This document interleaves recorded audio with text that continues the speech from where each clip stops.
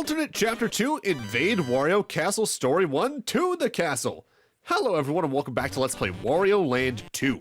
In the last part we finished the game, only learned, oh, we're only effectively at the halfway point, and now we've started off our first alternate chapter by not waking up at the very start of the game this time around. You can access this right at the start of the game, I believe. So, we are only at the halfway point, and ultimately, actually, the latter half does take us longer than the first half. But that's because the hidden stages throughout the game are definitely the harder stages and usually longer too, and either the amount of little sub-rooms they have for coins, or in the processes to get their treasure rooms done and all that. They also will actively throw more challenges at you more quickly, on top of the fact that there's some things you can encounter much earlier if you do these other stages first. For instance, we didn't see bees until Chapter 3 of the main storyline, but now we're seeing them here in the second stage you could theoretically do. Now, I definitely wouldn't blame people for maybe getting to this point, maybe putting the game down for a while, because the first 25 stages themselves were about as long part-wise as the entirety of the first game, and I'd say for a platformer that's a good length. And at that point, I could recommend just taking a break no matter what. Hell, that's something I'm very bad about doing in some cases, just taking a break from a game to do something else, but there are times in my trophy hunting I've made myself do that because I come up on the big grind trophy. I'm looking at you, Bloodstained. But I do recommend at some point coming back to do the latter 25 stages, as some of my favorite stages within the game are in those 25, and ultimately I do think the process of going through every stage in this game at least once is worth it, because there is some really neat platforming in this game all the same. With that said, if you weren't really into what the game had shown you up to this point, it probably won't be worth going after the latter 25 stages. I still think what's here is good, even as someone who does prefer one in the Virtual Boy game structurally. But if you're someone who, say, started with 4 and are still not feeling the game at this point, even if you liked 4 because of how bare bones this is compared to that, I wouldn't blame you for just putting the game down at this point. There are several things that I'd say are valuable skills in life. Being able to say this isn't for me is one of them, but also realizing when you've had enough and just stopping if you're not having fun with it as much is also incredibly valuable. With that said, I do think it seems that the devs themselves even realize they may have gone a little overboard with the length here in Wario Land 2. Because Wario Land 1 was about 40 stages, and we did that as an LP in about 7 parts, with plenty of speed up, don't get me wrong, for the gambling minigames and all that. Wario Land 2 in total is going to be 16 parts, which is why I've been saying we were not even halfway through in a lot of regards. And that's about 50 stages. Wario Land 3 immediately goes back down to around 25 or so. And while lengthwise they're comparable to the ones in 2, the fact that there's, 25 instead of 50-ish really goes a long way to make that game feel much better paced. And Wario Land 4, as mentioned, also goes back to around 25 or so, which I think is just the better option. I brought up back in Wario Land 1 during the commentary that I was like, 40 is not a lot of levels. Then I went back and realized during my second editing pass, like, no, what the hell am I talking about? That's a lot of levels for a platformer. Mega Man on average only has like 16. And I guess it really just comes down to whatever type of platformer you're making. Like a Mario game, I'd say probably will usually have around 50 or so. But that's because they do a lot with very small mechanics that are sometimes only in 2 or 3 stages to begin with, and then we'll do mashups of them together later on in the game. Meanwhile, more action-oriented platformers like Mega Man, or especially like Ninja Gaiden, will usually have anywhere between like, at most 8 to 20 stages, and that's maybe counting a few smaller stages that are mostly minigames. I'm looking at you, Vice Project Doom. But for an exploratory platformer like this, I do think they overdid it at 50 in total for Wario Land 2. 20-ish, I think, is the right move for that. Because that means you can make the levels each have their own scale and identity that feels right, while still having a difficulty and learning curve to it, without feeling like it drains the player, which I think is the thing Wario Land 2 heavily risks. To kind of paraphrase something I mentioned during Sly 1, I believe, with Dove, I think it's easier for platformers of any type to overstay their welcome and be too long than it is for them to be too short and feel underwhelming.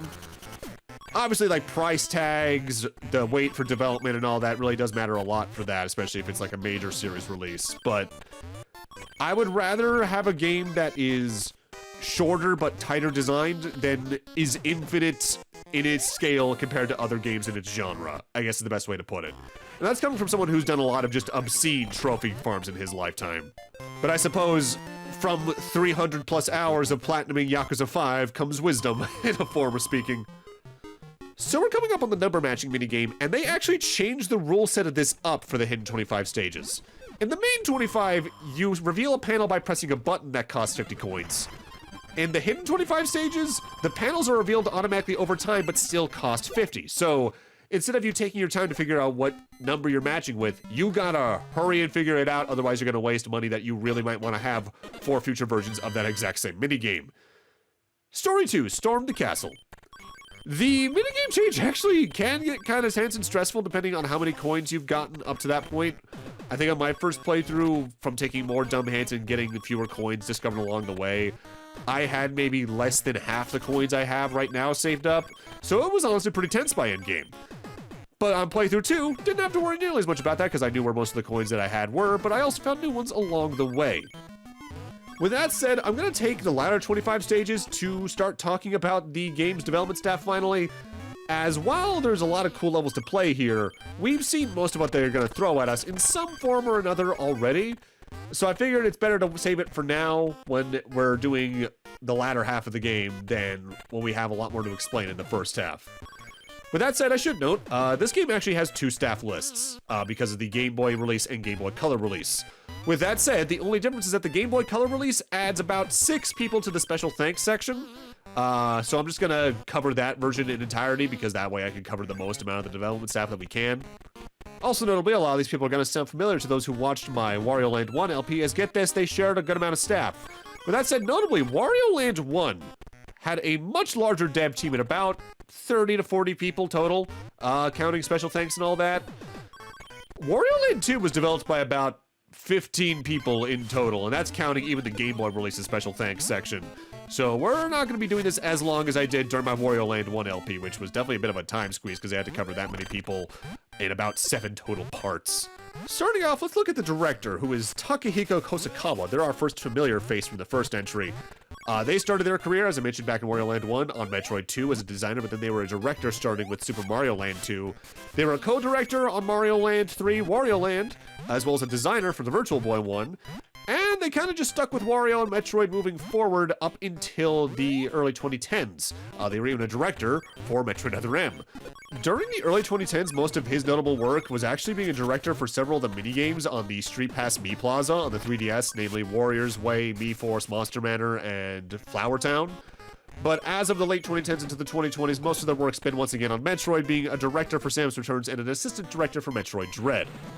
Notably, Metroid Dread is his most recent credit, but I'm assuming, given that he's been at Nintendo since the 90s, he's probably still actively there, but probably just working on a game that hasn't been released yet. More than likely, given his penchant for working on Metroid Prime 4 in some regard, I would assume. Next up, in the main programmer slot, we got Masaru Yamanaka, who is another familiar face from the first game. They were the programmer for not only Wario Land 1 and the Virtual Boy Wario Land, they were also a programmer on the first 2 Mario Lands to begin with, as well as Metroid 2. With that said, Wario Land 3 served as their last entry on basically any database that I can find. Avoiding the obvious worst case scenario, I'm going to assume they probably just moved on to other venues in their life for professional or personal reasons, as that's pretty common in a lot of industries to begin with, but video gaming especially, that's been pretty common long term. Especially more recently, as a lot of acquisitions have happened and led to a lot of dumb bullshit happening as executives think they know exactly what they're doing right. Note, they basically don't. And also, on that note, I knew so many people who changed their majors in college. We all change our paths at least 3 or 4 times every 2 years, I would say, in some minor ways, some major ways. It really depends on the individual. I know I technically changed majors twice in college. I believe I talked about this on LP before, but just to say it again. I started college in the game design program at my college, which was a pretty high-ranked one when that college was still a thing, as it closed after about a year or so of COVID. But after that, I was in the communications design major, but I ended up finishing in graphic design, which was effectively the same as the communications design anyway, just had a slightly different course load, and I ultimately preferred it. This room, by the way, has a lot of coins I just don't go for because the shape of this room makes actually bouncing around with Fire Wario incredibly awkward to do, so it's just not really worth it in my eyes to do so. The next section in the credits is the other programmers, which I guess next to Yamanaka's main programmer would make them assistant programmers. The two people listed there are Katsuya Yamano and Nobuhiro Ozaki. We've actually covered Ozaki before back in Wario Land 1, as they were in the special thanks section there. But they were a programming assistant on Metroid 2, they were a programmer for this and the next two games, as well as Metroid Fusion. But they largely stayed with Wario starting in around the year of 2004, working on WarioWare games like Smooth Moves and DIY. But their most recent credit is in the special thanks of that Disney Illusion Island game from last year. The other credited programmer is someone we haven't talked about yet, though, Katsuya Yamano. Their first game was Game Boy Wars as an assistant, then they were on the mouse-making staff for Mario Paint. They were a technical advisor for Frog the Bell Tolls, they were in the special thanks section of Fire Emblem Mystery of the Emblem, they were a coordinator for Super Metroid. Like with several of the other people who were early Game Boy staff members, they worked with Gunpei Yokoi on a lot of the Virtual Boy games like Mario Clash and Tellero Boxer. They were a programmer for Wario Land 2, 3, 4, as well as a program director for Metroid Fusion. After that, though, barring the occasional stint as a main programmer again on things like Metroid Zero Mission, they largely were a supervisor in several Wario titles, namely every WarioWare game starting from the first game, going through Twisted, Touched, DIY, Snapped, DIY Showcase, all the way into Game & Wario and things like that. They were a supervisor. They were also a project manager for Metroid Dread, for Metroid Samus Returns, Tomodachi Life, they were a supervisor as well, so they're still pretty actively involved in the often underrepresented fields for Nintendo in terms of their major franchises, which I appreciate someone who sticks with the series for that long, as I've brought up before. Clues, they actually really appreciate working on that specific series in one regard or another.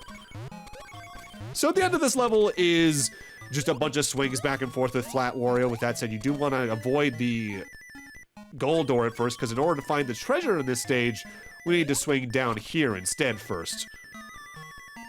Honestly, considering they changed the number matching minigames rule set for the hidden 25 stages, I'm surprised they didn't change the enemy panel matching minigame at all for the latter 25. But I guess comparatively, how would you really change this up besides maybe having duplicates that are facing the opposite direction and it's like, okay, yeah, it's a duck, but was it the duck facing left or right you saw right there? Like, there's not as many ways you can really change that compared to the number matching minigame, which has that leeway based on how it's designed inherently. This stage is definitely a bit of a grand one, though, considering you're actually breaking into your own castle, and given the scale of some of the walls here, you really feel like you're undertaking something large here, which is one of the cases where I'm actually fine with the scale of the level, because it's like, yeah, well, given what we're doing, it makes sense for it to be such. But we do move on to a bit of an odd stage from here. It's one I like, because it's one that can be very fast, but on a first playthrough, it's definitely easy to get a little confused by. But it's also the start of what I already mentioned will become a recurring trend in the game with the most common overall mission objective besides just a general goal door. Story 3, defeat the giant spearman. This stage is set up with a bunch of branching pathways that ultimately just lead to one room each, but the branching pathways themselves have a very familiar looking and very similar looking, rather, hallway built to them. If you want to reach the goal, you effectively want to go right almost the entire way, but if you want to get the treasure room, you want to go a different way at first. By the way, whenever they do one-tile wide hallways with spear enemies in it like this, it's definitely a little rude, but if you just ground pound, you can at least potentially reverse their direction in such a way where you can get around them without having to fight them. And you want to do that in this case, because we need to use this ice cube to break that block, yes, but then we want to use the spearman as a platform to get up there while carrying another ice cube in order to actually get the major money that's in this room in specific. Make sure you do the high jump there, by the way. Oh, also, something I actually really forgot to mention all the way back in, like, part 1. One of my favorite little details about World 1 is, for one thing, there's a bunch of Wario faces just gilded into the walls, because of course he loves his face. But also, there's just a picture back in the first level that it has Wario in his Adventures cap from the first game as well as the Virtual Boy game. And honestly, I kind of prefer that hat on Wario compared to his general plumber hat that Mario, Luigi, and Waluigi all have. Mind you, I just kind of prefer when they do something to distinctify the designs of all four a little bit, even if they have the same base shapes. Like, I like the Adventures hat on Wario. I like the biking look he has in the WarioWare games. Honestly, I wish they would just... Oh, hey, Yoshi. I just wish they would do that a lot more often in general. Like, I really liked Luigi's little outfit in Odyssey's DLC. I think that would be really fun to see them adapt some format of that into the mainline games in some way, while not being absurdly distracting, which I guess would be the hard thing to do because when you're so used to a design, any change would be very distracting, wouldn't it? So going back to the game's staff, the next person credited is another returning person from the first game's cast, so to speak. Hiroji Kiyotake is the character designer. As already brought up in this LP, but also briefly mentioned in the Wario Land 1 LP, they were an uncredited designer for Versus Duck Hunt. They designed Samus for the original Metroid. They were an assistant for the first Kid Icarus. They were the director of Metroid 2. Graphic designer for Bomberman on Game Boy, Wario Blast featuring Bomberman, they were a graphic designer. Then they were a director for the previous game, for the Virtual Boy game, a character designer for this. And moving forward, they worked on a lot of the Mario spin-offs in general, like Mario Golf, they were a character designer, Mario Party 2, they were a character designer. The Game Boy and N64 versions of Mario Tennis, Mario Party 3, Wario Land 4, Wario Party 4, Mario Party 5, WarioWare games. Really, all the way through to Mario Party 8 and DS, they were very often just the original character designers for anything new to those games. But their most recent credits overall are on Metroid Other M's concept art, and they were in the special thanks for Pushmo back on the 3DS's early years. Now, given how much they worked on very important projects throughout their career, I'm assuming they're probably still at Nintendo, despite the fact they haven't had a major credit in 15 years just about. But they're probably more on the actual business end rather than being involved in any kind of active development, which is kind of sad, especially when you're important enough to be like, yeah, I designed Samus and Wario's actual character designs, considering that's two pretty major characters to say the least. But I suppose we'll see if they ever pop up again, won't we? I think this level tries to sort of label its rooms based on the amount of torches near the two doors. But if it does, it's not in a way that's easy for me to parse to figure out what they're trying to do with it. This room's kind of rough, by the way, to get all the coins in. Because this requires a lot of very precise jumps while it's very easy to get bonked on the platforms overhead. I've tried, and I've seen other people say you can easily do this with well-timed dash jumps, especially over here when you have to break the blocks to do this, but it never feels comfortable enough to be reliable to me. I often just get what coins I can and then just say screw it and leave before I have them all in this room because it's just really not worth it. And while I know I got some silver coins to really boost it up, especially in the invisible blocks room, as you can see, this is also a pretty lucrative stage if you're trying to get money for any of the things in the game that actively require it. Once you reach over here, though, we are at the giant spearman once again, so just take them out the same way we did all the way back in Chapter 3, I believe that was. Get above them, ground pound, hold the A button so you're constantly bouncing up and down, and get as many hits in as you can very quickly. I think technically speaking for this fight, the ground pound does do more damage, or at least it feels like it does considering you get more of an impact on it. But with that, I'm gonna need to end this off here. Thank you guys for watching, and in Part 9, we're gonna finish up our business here in alternate chapter 2, getting its ending in the process before moving on to whatever alternate chapter we do next. See you guys then.